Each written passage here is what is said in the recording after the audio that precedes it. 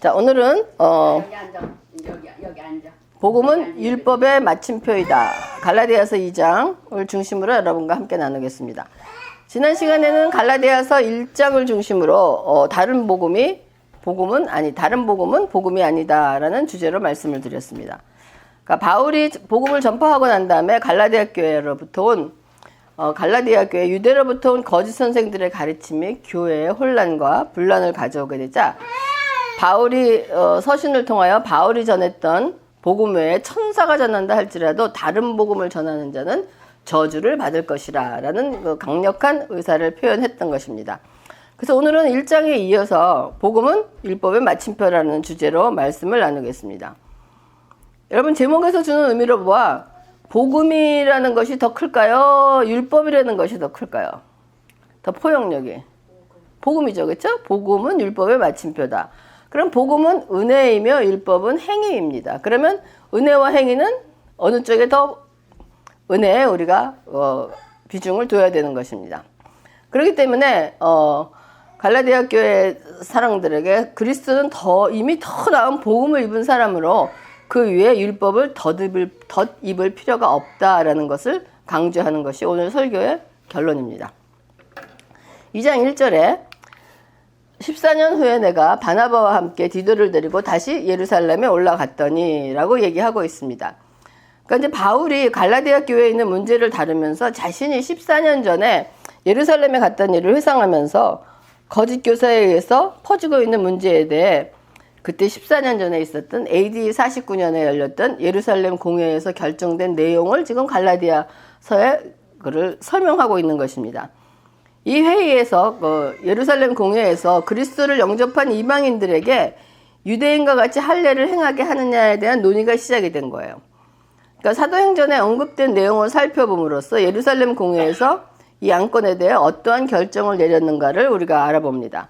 사도행전 15장에 1절과 2절에 어떤 사람들이 유대로부터 내려와서 형제들을 가르치되 너희가 모세의 법대로 할례를 받지 아니하면 능히 구원을 받지 못하리라 하니 바울 및 바나바와 그들 사이에 적지 아니한 다툼과 변론이 일어난지라 형제들이 이 문제에 대하여 바울과 바나바와 및 그 중에 몇 사람을 예루살렘에 있는 사도와 장로들에게 보내기로 작정하였느니라 라고 되어 있습니다. 이 거짓 교사들에 의해서 생긴 문제를 해결하기 위해서 이 당시는 바울과 바나바가 파송된 것이 안디옥 교회에 있었습니다. 안디옥 교회에서 바울과 바나바를 예루살렘으로 파송할 것을 결정한 것입니다. 그래서 15장 4절에 보면 예루살렘에 이르러 교회와 사도와 장로들에게 영접을 받고 하나님이 자기들과 함께 계셔 행한 모든 일을 말하며, 그러니까 사도 바울의 일행들은 예루살렘 교회에 있는 사도와 장로들에게 하나님께서 이방인들에게 어떠한 역사를 베풀고 계신 것에 대한 선교 보고를 했다는 것입니다. 그리고 이방인 개종자들이 할례를 받아 그리스도인이 되기 전에 유대인과 같이 할례를 받아야 하는 일에 대한 적잖은 다툼과 변론이 생긴 것에 대한 논의를 요청한 것입니다. 어떻게 해야 되느냐라고 이제 논의를 요청한 것입니다. 이 변론의 내용의 핵심은 유대인들이 이방인에게 복음을 전하는 것을 반대하는 것이 아니에요. 주려는 거야. 세례를 주는데 하나님의 언약 백성의 표시가 할례이므로 할례가 없이 어떻게 이방인들이 언약의 백성에 약속된 복에 참여할 수 있겠는가라는 의도인 거예요. 그러니까 할례를 받아라라고 얘기하는 거예요. 그러니까 이런 상황에서 바울과 안디옥 교회는 유대인에게는 너무나 거룩한 일을 폐기하는 일을 떠맡고 있는 거예요.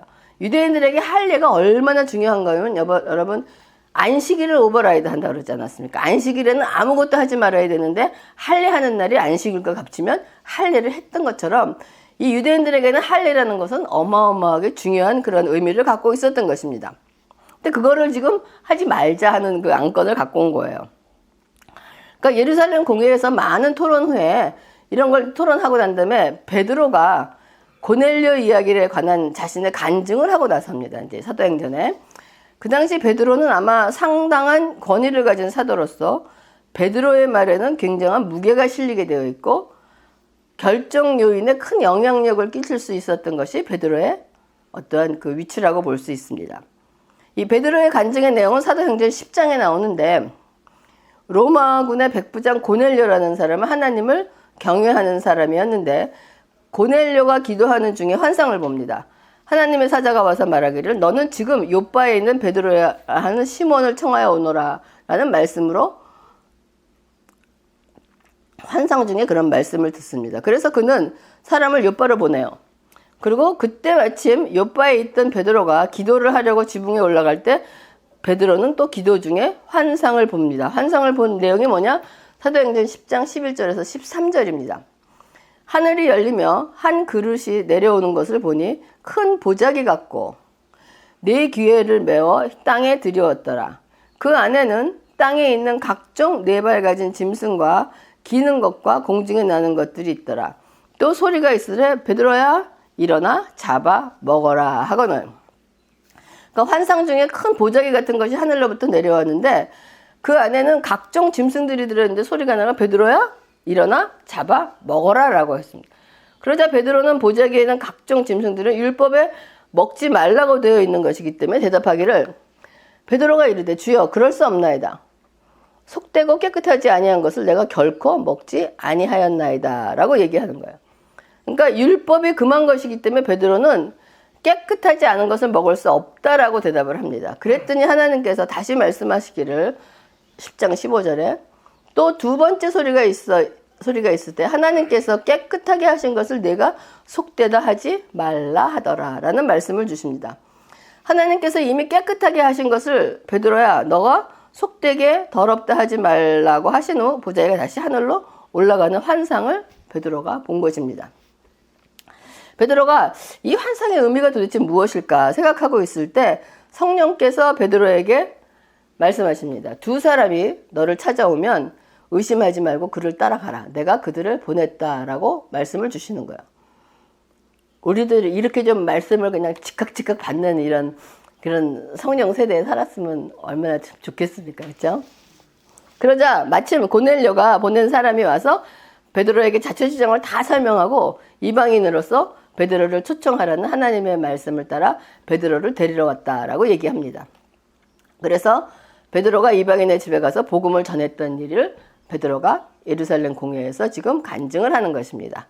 그러니까 베드로의 입장, 즉 유대인의 입장에서는 먹을 수 없는 것을 보고 하나님께서 베드로야 일어나 잡아 먹어라 라고 하신 것은 너희들에게 주어진 율법이 더 이상 너희에게 효력이 상실되었다는 것을 의미하는 것입니다. 그럼에도 불구하고 베드로는 먹을 수 없다라고 얘기하는 거예요. 이것은 베드로가 율법에서 자유함을 얻고 그리스도인으로 거듭났지만은 아직 그의 일부 생각과 생활 습관 등이 여전히 옛것에 머물러 있다고 볼 수 있습니다. 우리도 그렇지 않습니까? 우리가 예수 그리스도를 영접하고 거듭났지만은 우리의 모든 옛것이 온전히 다 변해서 새로운 것으로 변해 있지 않은 우리의 모습을 볼 수가 있는 것입니다. 그러자 하나님께서 깨끗하게 하신 것을 내가 속되다 하지 말라는 말씀은 너희가 아직 복음이 와서 율법을 완성했다는 의미를 잘 알지 못하는구나 하시는 말씀인 거예요. 복음이 율법의 완성임을 의미하는 거예요. 근데 이렇게 유대인들의 복음 전도를 위하여 부름을 받은 베드로 사도는 복음을 전하는데 유대인을 대상으로 복음을 전하는 사명을 받은 사람입니다. 또 이방인 고넬료에게 세례를 베풀고 성령 세례를 받은 것을 보고 하나님께 영광을 돌렸던 일을 회상하면서 예루살렘 공회에서 그가 간증을 했던 것입니다. 그러니까 사람들이 이방인에게도 그런 하나님의 은혜가 내려와? 믿을 수 있을까라는 그런 생각을 하고 있는데 이 그 당시에 베드로 사도는 유대인들에게 정말 하나님의 성령이 충만한 그런 사도였습니다. 그러한 사도가 이방인에게 복음을 전한 일을 들음으로써 이방인에게도 하나님의 복음이 열려있다는 것을 베드로를 통해서 확신을 주게 하는 그런 과정이라고 우리가 볼 수가 있습니다. 그래서 사도행전 15장 7절과 9절에 많은 변론이 있은 후에 베드로가 일어나 말하되 형제들아 너희도 알거니와 하나님이 이방인들로 내 입에서 복음의 말씀을 들어 믿게 하시려고 오래전부터 너희 가운데서 나를 택하시고 또 마음을 아시는 하나님이 우리에게와 같이 그들에게도 성령을 주어 증언하시고 믿음으로 그들의 마음을 깨끗이 하사 그들이나 우리나 차별하지 아니하셨느니라 라고 베드로가 이방인의 선교에 대해서 정확하게 결론을 내고 있습니다.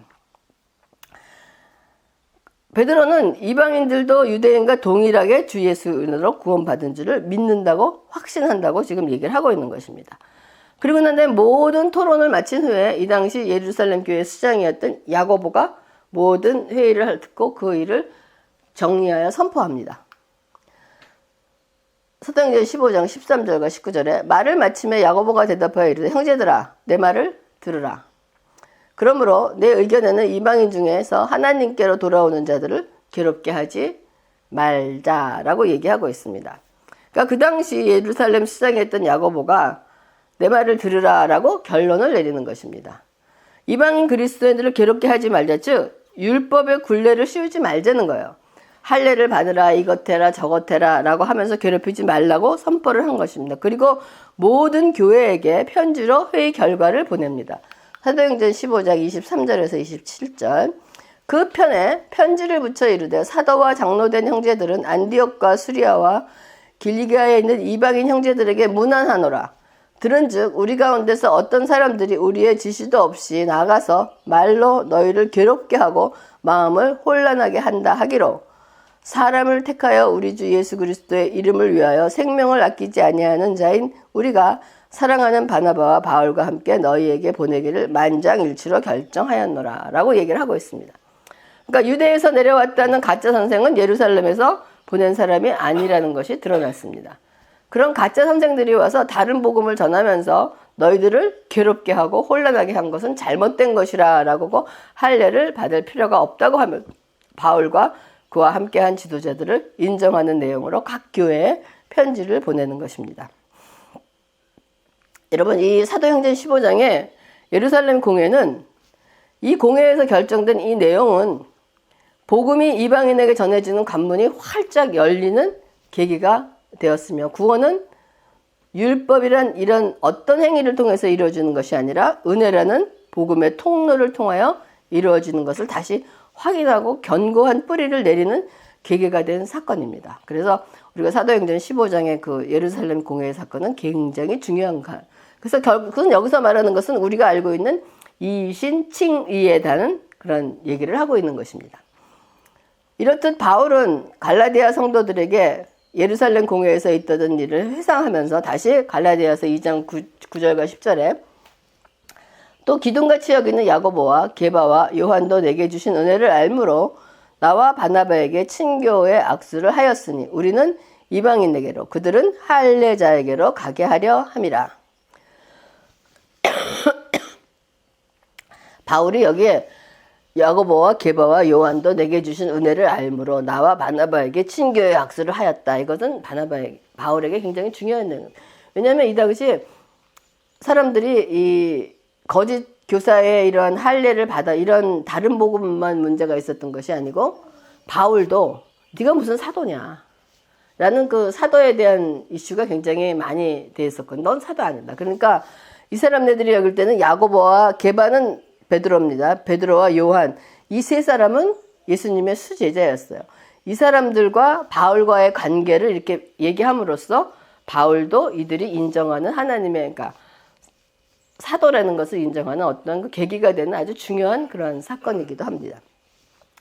다만 우리에게 가난한 자들을 기억하도록 부탁하였으니 이것은 나도 본래부터 함써 행하여 왔노라. 그러니까 야고보가 할례를 받지 않도록 그렇게 해라 라고 표현을 합니다. 그러고 나서 그러면은 유대인 그리스도인들은 율법을 행하지 않아도 된다라는 그런 걸 때 반말이 있을 수가 있습니다. 그래서 야고보가 할례는 받지 않아도 그래도 율법에 되어 있는 피 있는 고기를 먹지 말라, 이런 걸 먹지 말라, 그런 거는 우리 생활 습관에서 그거를 지키도록 하라는 그러한 그 안건을 내놓기도 합니다. 그렇기 때문에 여기서 가난한 자들을 기억하도록 하라, 구제하는데 힘써라 라고 하는 것이 율법에 관한 일을 얘기하고 있다는 것입니다. 그래서 베드로도 요한도 자신과 바나바에게 친교 악수를 했다는 것은 서로의 주님의 사역자로서 하나가 되었다는 것을 의미하는 것입니다. 그리고 바울은 이방인에게 또 예루살렘에 있는 사도들은 할례자 즉 유대인에게 복음을 전하는 사명을 받았다고 얘기하고 있습니다. 다만 예루살렘의 사도들이 부탁한 것은 가난한 자들을 기억하도록 했다는 것으로 바울도 이 일에 대해서는 같은 마음이라고 말하고 있어요. 그러면 이것을 계기로 유대에서 내려왔던 가짜 선생의 가르침은 다른 복음이라는 것을 확인하고 있습니다. 이렇게 바울의 예루살렘 방문을 통하여 진리가 확립되고 교회의 연합이 이루어졌어요. 그래서 구원은 그리스도를 믿음으로 말미암아 그 외에는 아무것도 필요하지 않다는 진리를 사수한 것입니다. 즉 이신칭의가 사수된 것입니다. 그런 다음에 이제 갈라디아서 2장 11절에 바울의 초점은 베드로와 협력했던 예루살렘에서 베드로를 책망하는 이방 도시 안디옥으로 넘어갑니다. 2장 11절에 베드로가 안디옥에 이르렀을 때 책망받을 일이 있기로 내가 그를 대면하여 책망하였다라고 바울이 쓰고 있습니다. 아마 베드로가 안디옥을 방문한 것 같습니다. 그런데 이때 베드로가 아마 사도 바울의 눈에 책 잡힐 만한 행동을 한 것 같아요. 그랬더니 바울이 베드로를 대면하여 책망했다고 바울은 쓰고 있습니다. 여러분 대단하지 않습니까?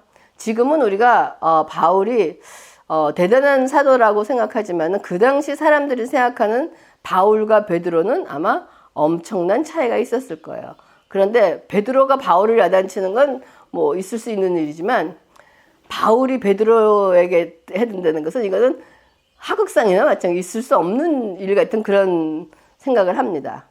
그러면 베드로의 책망받을 일이 도대체 무엇이었길래 이렇게 바울이 흥분해서 이런 일을 했을까? 2장 12절에 13절 야고보에게서 온 어떤 이들이 야고보에게서 온 그러면 예루살렘에서 온 사람이며 율법을 지키는 그리스도인이라고 여러분이 이해를 하시면 됩니다. 어떤 이들이 이르기 전에 게바가 이방인과 함께 먹다가 그들이 오매 그가 할례자들을 두려워하여 떠나 물러가매 남은 유대인들도 그와 같이 외식함으로 바나바도 그들의 외식에 유혹되었느니라 라고 되어 있어요. 아마 이방 선교지 안디옥에 베드로가 아마도 이방인 그리스도인들과 함께 식사를 하고 있었나 봅니다. 근데 유대인의 율법에는 이방인과의 식탁 문화가 공유되지 않습니다. 그러니까 사마리아 여인에도 그 유대인이 물 떠달라고 그러니까 여인이 그러잖아. 어떻게 유대인이 나한테 물 떠달라고 요청을 하느냐라는 것처럼 그런 관습이 있었단 말이에요. 근데 식사를 하고 있는 중에 예루살렘에 있는 야고보 사도로부터 보냄을 받은 사람이 그 자리에 나타나자 베드로가 그냥 그 자리를 떠나버린 거예요. 제 생각에 베드로 정도라면 야고보로부터 보내온 사람이 누군지 모르지만 아마 이 사람들은 베드로가 누군지 알 것입니다. 그러면 그 정도의 위치에 있는 사람이면 악수를 하고 인사를 하고 어떻게 왔냐 이런 그런 행동을 했을 것 같아요. 제 생각에는. 그런데 놀랍게도 베드로가 할례자를 두려워하여 그 자리를 떠났다라고 지금 기록하고 있는 거예요. 즉 베드로의 생각에 유대인 그리스도인들이 이방인과 함께 식사를 하고 있는 나를 보면 무엇이라고 생각할까라는 생각이 드는 거예요. 유대 율법에는 이방인과의 식탁 문화가 공유되지 않기 때문에 비난을 받을 것 같은 생각이 아마 순식간에 드는 것이 아닌가 하는 그런 생각을 해봅니다. 그래서 베드로가 그 자리를 피해가자 그 중에 함께 하던 유대인들도 베드로를 따라서 나가버렸어요. 그리고 사도 바울의 동역자 바나바도 베드로의 일행의 외식적인 행동에 유혹을 받았다라고 얘기하고 있습니다. 이러한 베드로의 행동에 바울은 화가 난 것입니다. 그래서 화가 난 이유가 뭐냐 그랬더니 갈라디아서 2장 14절에 그러므로 나는 그들이 복음의 진리를 따라 바르게 행하지 아니함을 보고 모든 자 앞에서 게바에게 이르되 내가 유대인으로서 이방인을 따르고 유대인답게 살지 아니하면서 어찌하여 억지로 이방인을 유대인답게 살게 하려느냐. 이건 굉장한 모욕 아니겠습니까? 너도 제대로 못하면서 이방인들에게 유대인의 그 관습을 따라 하라 그러고 너도 말씀대로 살지 않 이러한 얘기를 하고 있는 거예요. 그러니까 베드로야 당신은 유대인이지만 유대인처럼 관습에 따라 살지 않으면서 억지로 이방인들을 유대인답게 살라고 하십니까? 너도 못하면서 왜 다른 사람에게 그렇게 하라고 하느냐라고 얘기하는 거예요. 그러면서 계속해서 15절과 16절에 우리는 본래 유대인이요 이방 주인이 아니로되 사람이 의롭게 되는 것은 율법의 행위로 말미암이 아니요 오직 예수 그리스도를 믿음으로 말미암는 줄을 알므로 우리도 그리스도 예수를 믿나니 이는 우리가 율법의 행위로서가 아니고 그리스도를 믿음으로써 의롭다함을 얻으려 함이라. 율법의 행위로서는 의롭다함을 얻을 육체가 없느니라. 계속해서 이신칭의에 대한 얘기를 하고 있는 거예요. 그러니까 유대인이요 이방 죄인이라고 하는 것은 유대인은 율법을 받은 자며 이방 죄인은 율법을 받지 않은 자들을 대표한다고 볼 수가 있습니다. 즉 유대인이 율법을 받았다고 해서 그 율법의 행위로 구원받는 것이 아니라고 지금 바울이 얘기하는 거야 다시. 그러므로 베드로에게 지금 이신칭의에 대한 설명을 다시 하고 있는 것으로 볼 수가 있는 거예요. 그러므로 바울은 베드로에게 이방인과 식탁을 함께 나누지 말라는 유대 율법을 지켜서 당신이 의롭게 되는 것이 아니라고 일침을 가하는 것입니다. 물론 이것은 여러분 베드로의 실수입니다. 실수를 저 인정할 수밖에 없어요. 그렇지만 여러분 그 같은 식탁에 있었던 여러분들이 같은 식탁 베드로와 함께 밥을 먹었던 이방인 그리스도인들이라면 여러분 어떤 생각이 들 것 같아요? 자기하고 밥 먹고 있다가 유대인 그리스도인이 베드로와 밥 먹고 있다가 예루살렘에서 온 그 사람이 있으니까 베드로가 슬쩍 빠져나서 도망가는 걸 보면 여러분이 이방인 그리스도인이라면 여러분 그때 기분 좋겠어요? 아마 배신감? 저런 이중적인 저런 이런 생각이 들 수 있을 겁니다. 그래서 아마 어쩌면 교회를 떠날지도 모르겠어요. 우리가 말하는 시험을 든다라고 얘기할 수도 그렇게 할 수가 있습니다. 근데 한참 전에 제가 좀 이렇게 팔팔할 때죠. 그것도 많이 살아있을 때죠. 이 설교를 들을 때 저는 바울의 그 날카로움, 그 당당함에 굉장히 박수를 보냈어요. 이야, 바울은 정말 멋있는 사람이야. 그리고 베드로에게는 그렇게 성령 충만한 사람이 그렇게 이제 찌질하게 그런 짓을 하는 생각을 갖고 있었던 것이 사실입니다. 그래서 참 바울은 참 기가 막힌 사람이에요. 복음에 대해서는 하나도 지지 않고 그런 말을 하는 사람이라는 바울에게 찬사를 보냈던 사람입니다. 근데 제가 이 설교를 준비하면서 지금은 저는 조금 다른 관점에서 이 두 사람을 바라보게 됐어요. 베드로를 비난할 것이 아니라 베드로는 하나님이 환상 중에 내려서 먹으라는 것도 먹지 않았던 사람이에요. 그거는 이방인과 같이 할 수가 없다라는 그런 관념을 갖고 있었던 사람인데 이 사람이 생각이 바뀌어서 베드로가 이방인들과 식사를 하다가 자리를 떠났다는 것보다는 베드로가 그들과 함께 식사를 했다는 것이 더 놀라운 베드로의 모습입니다. 이런 생각이 드는 거예요. 그리고 베드로는 환상 속에서 그리스도 안에서 아무것도 속되지 않음을 하나님께서 보여주셨기 때문에 이방인들과 식탁을 같이 하는 것이 자유로웠던 것입니다. 근데 그런 베드로가 갑자기 유대로부터 온 사람을 보고 그 자리를 떠난 행위를 바울은 뭐냐? 외식하는 곧 위선의 죄라고 얘기를 합니다. 외식하는 거라고. 베드로 역시 음식과 복장에 대한 율법에 유대인답게 사는 관습은 관습일 뿐임을 알고 있었고 자신도 다 지키지 않았지만 베드로가 이방인을 대하는 부분에서 자신의 확신에 걸맞는 행동을 하지 못한 것이 베드로의 실수입니다. 베드로가 그냥 유대인이었지만은 그리스도를 영접한 그런 믿음이 연약한 어떠한 그런 사람이라면 그런 실수를 할 수도 있었지만은 베드로는 그런 위치에 있는 사람이 아니었기 때문에 베드로의 행동이 자신의 그 확신에 걸맞는 행동을 하지 못한 것이 베드로의 실수라고 봅니다. 만약 그 자리에 믿음이 연약한 이방인 그리스도인들이 있으면 시험에 걸리는 것 당연하죠. 그러면 이 상황에서 일어난 베드로의 행동을 우리는 어떻게 이해해야 될 것인가? 베드로의 잘못이긴 하는데 왜 순간적으로 베드로는 할례자들의 비난이 두려웠을까? 성령님의 명령을 따라 고넬료 이방인에게도 전도했던 사람입니다. 그리고 감옥에 갇혔을 때도 그냥 누워서 잠자면서 이렇게 담대했던 사람입니다. 그리고 예루살렘 공회에서 이방인에게 전도했던 내용을 당당히 간증도 했던 사람입니다. 저는 분명히 베드로가 이방인과의 교제를 부정하지는 않는다는 것을 확신합니다. 그럼에도 불구하고 이런 행동을 한 것은 제가 이해할 수 있는 것은 어떤 순간적이지만은 아직 나의 옛 습성의 잔재가 남아있기 때문에 이런 행동을 한 것이 아닐까 하는 그런 생각을 합니다. 우리도 순식간에 우리도 순간에 이런 외식적인, 믿고 있지만은 나도 모르게 이런 외식적인 행동을 할 때가 많이 있지 않습니까? 야고보가 교회에 들어오는 사람, 옷을 잘 입은 사람이나 옷을 남루하게 입은 사람을 차별 두지 말아라 그래도 우리도 어느 순간에 우리도 모르게 옷을 잘 입고 오는 사람은 잘 대하기도 하고 그렇게 남루한 사람은 참 가볍게 여기는 이것 우리의 삶 속에서도 이것이 나오고 있다는 거예요. 저는 베드로를 그렇게 이해할 수밖에 없지 않나 하는 것을 볼 수가 있습니다. 그러면 여러분 바울의 행동은 여러분 어떻게 생각하십니까? 바울의 행동은 무례하거나 좀 야박하다는 생각이 들지 않으세요? 그냥 조용히 말하지. 그 사도를 대중 앞에서 공개적으로 그렇다고 베드로가 구원의 이치를 모르는 사람도 아니고 그 바울의 행동에 대해서는 우리는 어떻게 생각하나 하는 여러분은 바울의 행동에 대해서 어떻게 생각하십니까?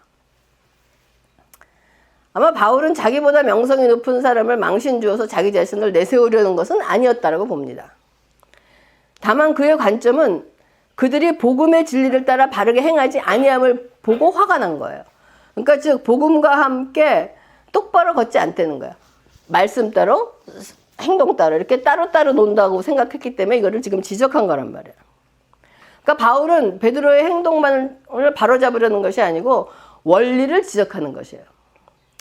하나님은 당신의 민족과 문화 때문에 당신과 교제하는 거야. 네가 유대인이기 때문에 하나님이 너하고 교제하고 너를 사는 것이 아니다라고 얘기하는 거야. 당신이 선하고 경건하다마는 이는 당신의 민족과 문화 네가 유대인, 네가 선하고 경건한 건 사실이지만 그것이 네가 유대인이기 때문에 그런 것은 아니다라고 얘기하는 거예요. 그런데 어떻게 당신은 교제의 근거를 민족과 문화, 유대인의 근거를 두고 밥을 먹다가 그렇게 그 자리를 떠날 수 있겠느냐라고 얘기하는 것입니다.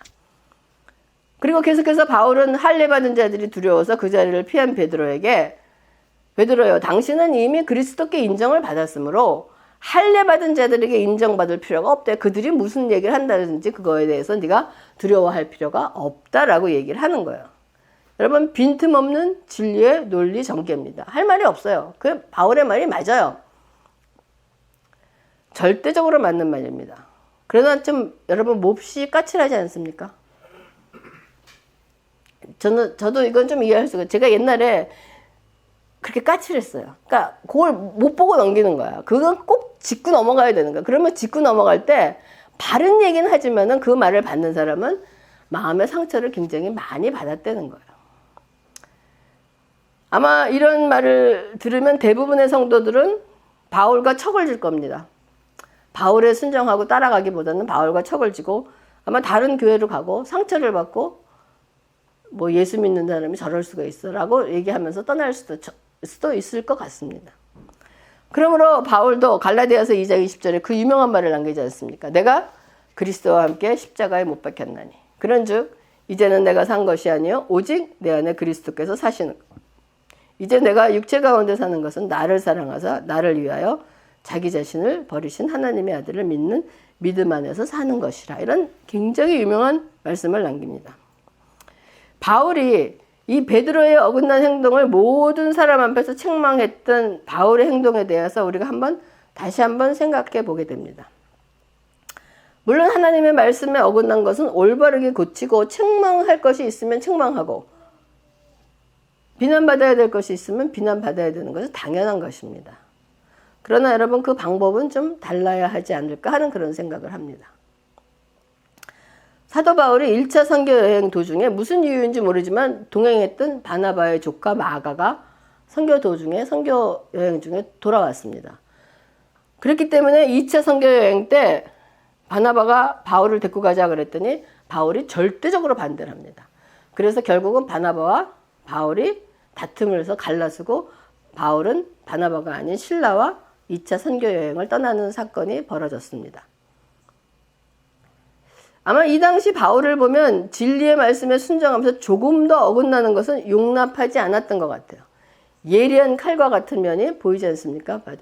그러니까 바울이 예수를 핍박할 때도 얼마나 목숨 걸고 했던 것처럼 그렇게 죽으면 죽으리라 어떤 이 한 가지에 꽂히면은 글로 달려가는 그러한 모습을 볼 수가 있습니다. 그러니까 베드로에게도 마가에게도 한치의 그런 용납도 있을 수 없는 그런 바울의 그 태도를 볼 수가 있습니다. 그러나 바울도 선교 사역을 통해서 오랜 세월을 주님과 함께 지나면서 그저가 뭐라고 나는 날마다 죽노라라고 바울이 고백을 하고 있습니다. 바울의 마지막 서신 빌립보서는 짧은 서신이지만은 정말 바울의 주옥과 같은 그런 서신입니다. 이 갈라디아에서 언급한 베드로에 대한 책망이나 또한 마가로 인하여 갈라선 바나바의 문제를 만약에 빌립보서를 쓰고 있었던 그 당시에 바울이라면 저는 그렇게 행동하지 않았을 거라는 그런 생각이 드는 거예요. 그들의 확실히 잘못한 일을 그렇게 처리하지 않았을 거라는 그런 생각이 드는 거예요. 그래서 바울이 너희의 관용을 모든 사람에게 알게 하라 주께서 가까우시니라 라고 빌립보서에 얘기하고 있습니다.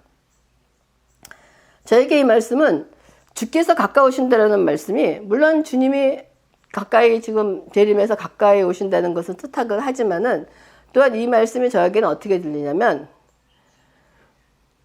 내가 그리스도 안에서 성숙해가고 나이가 들어감으로써 내가 그리스도께 지금 가까이 가고 있다는 걸로 하기 때문에 주께서 가깝다는 말로 들려오기도 합니다. 그래서 바울이 로마 감옥에 있으면서 편지할 때 마가는 데려가지 않았던 그러한 사람입니다. 근데 편지할 때 내가 올 때에 마가를 데리고 오라. 그가 나의 일에 굉장히 유익한 자라라고 마가를 데려오라는 편지를 남깁니다. 이때는 바울의 어떤 그 넉넉해진 그런 모습을 볼 수가 있는 그 용서하지 못했던 그 마가를 받아들이고 이제는 그가 나에게 굉장히 유익한 자라라고 얘기하는 모습을 볼 수가 있습니다. 여러분 다른 영혼들을 위한 관용, 너그러움, 참고 기다리는 것이 그리스도의 사랑입니다. 근데 이런 것을 깨닫게 될 때면 역시 많은 시간과 하나님과의 교제 관계가 되지 하루아침에 되는 것은 아니라고 봅니다. 그래서 이러한 모습 또한 율법의 사람에서 복음의 사람으로 변화가는 그 과정이라고 생각을 합니다.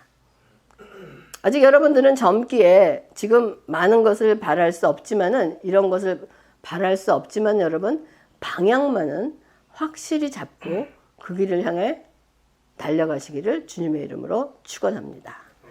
기도하겠습니다.